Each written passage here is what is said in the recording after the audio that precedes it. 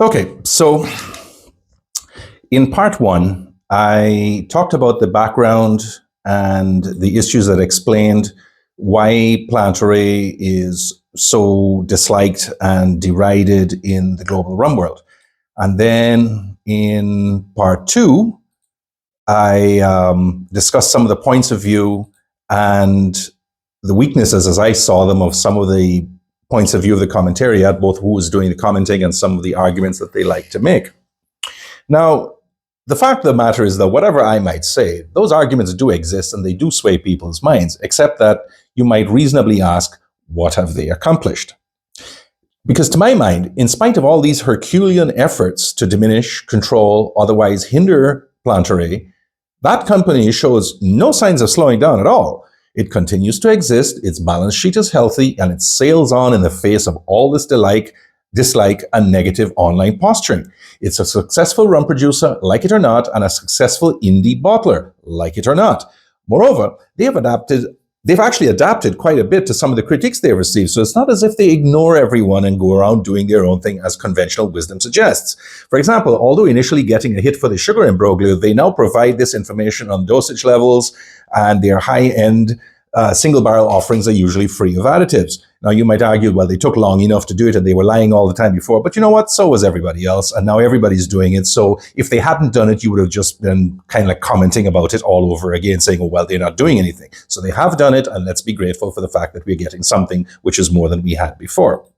Two, some of the rums they have released, and I'm thinking particularly of the 1996 and 1998 single barrel editions from Jamaica, are really very good. The company then seems to be well run commercially, has a good eye on developing trends and emerging markets, and its line of rums is to be found just about everywhere, which is no small feat.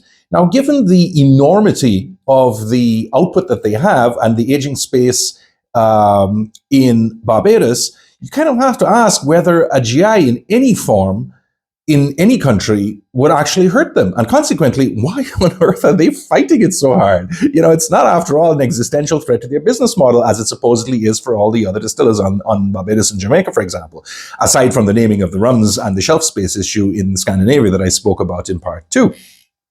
Now, on the flip side, they may not be impacted very much by the criticism they get by all and sundry, but they really are masters of the own goal at times, and their public relations can be summed up as doofus amateur hour at best, as attested to by the various intemperate comments, clumsy attempts at justification and damage control, and the long-delayed multi-year name change. They really have not helped themselves very much, and that just gives their critics loads of ammunition. What about their business practice, you might reasonably ask? Well, maybe there have been side deals to get them there and to shoulder other asides from markets, bars, cruise ships, store shelves, wherever. And maybe they have indeed recruited cold-eyed legal eagles and soulless lobbyists to ram a piss-poor regulatory regime down everyone's throat. It's entirely possible that their business practices skirt the edges of ethics or toe the very fine line of legality, as many people claim they do. I myself don't know, and I can't speak to that because so far, precious little facts that have been put into evidence, perhaps because to put them out there is to invite a libel suit. But the harsh truth is that for all these rather innocent comments about how companies should be open and transparent in their dealings, come on, let's face some reality.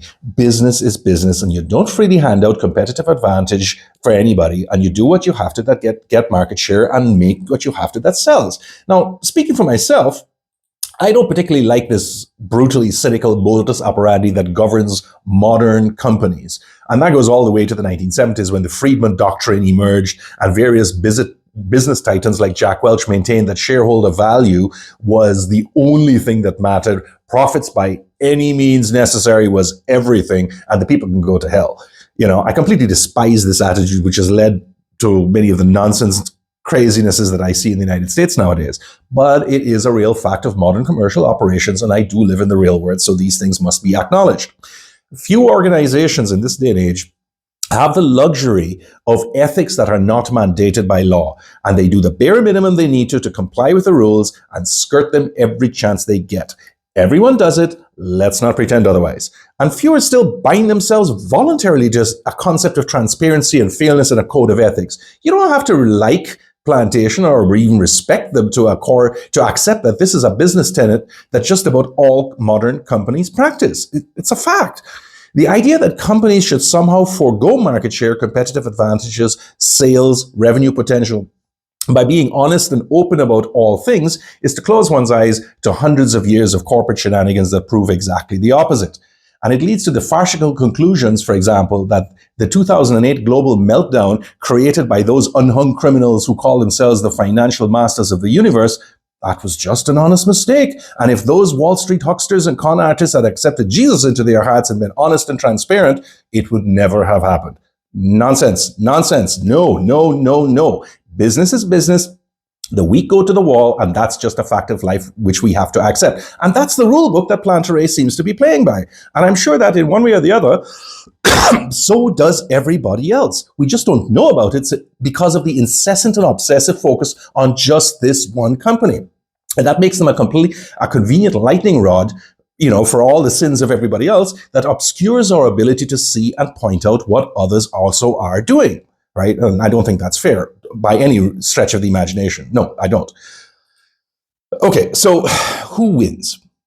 In the final analysis, though, almost a decade of attacking the company by any means at their disposal, it hasn't changed anything at all and has had no effect on what will end up happening to the company. Even now, they remain every bit as visible as they always were, if not more. It sure looks like Planteray has taken the approach that all press, good or bad, is free advertising, and that the only thing worse than being talked about is not being talked about.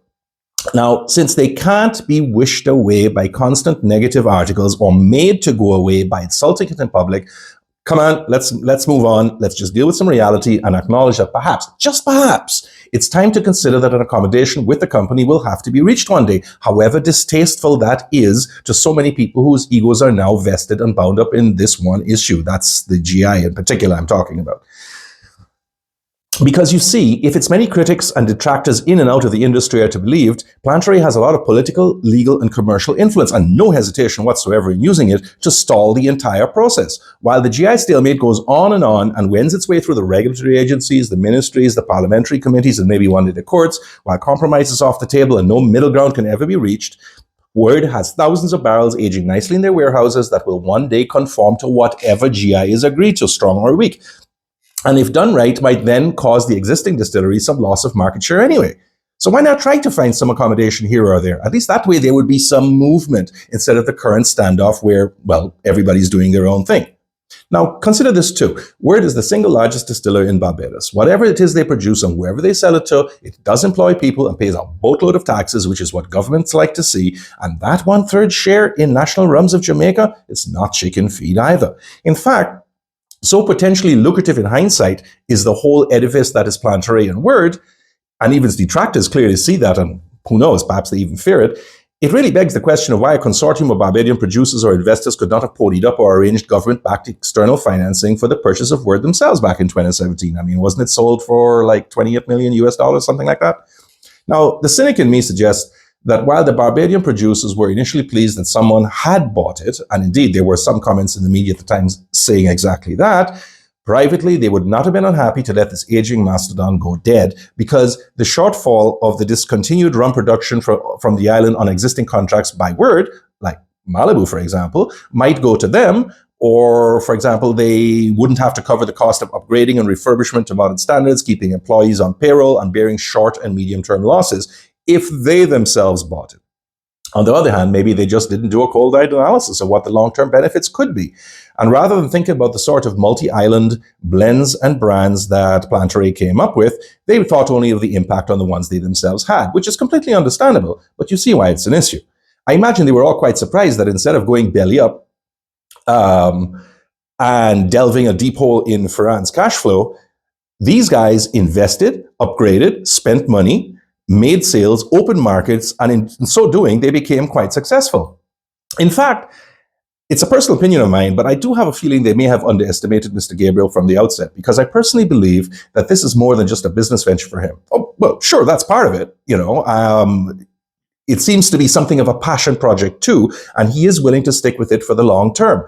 The others are playing a similar game now, trying to distinguish themselves via premiumization, brand distinctiveness, experimental releases, the Foursquare LFT or the Mount Gay Single Estate series, for example, linking themselves to one way of production, the all Barbados or the all Jamaica model, take your pick, That is the better way, surely, but perhaps harder to sell at this juncture. That it will one day put a spoke in Planteray's wheel, I don't doubt for one second, but by the time the smoke clears, perhaps it's not to the extent that everybody hopes. Because all this time, Planteray is growing. It is expanding its sales of rums. It's adding capacity. It does have its new releases like the Stadies or Mr. Fogg or whatever, no matter what people might think of it. And so again, if and when an accommodation or compromise of some kind will inevitably be forced on everyone to get a damn GI passed, yes, Planteray will still be there. We're going to finish this off in part 4.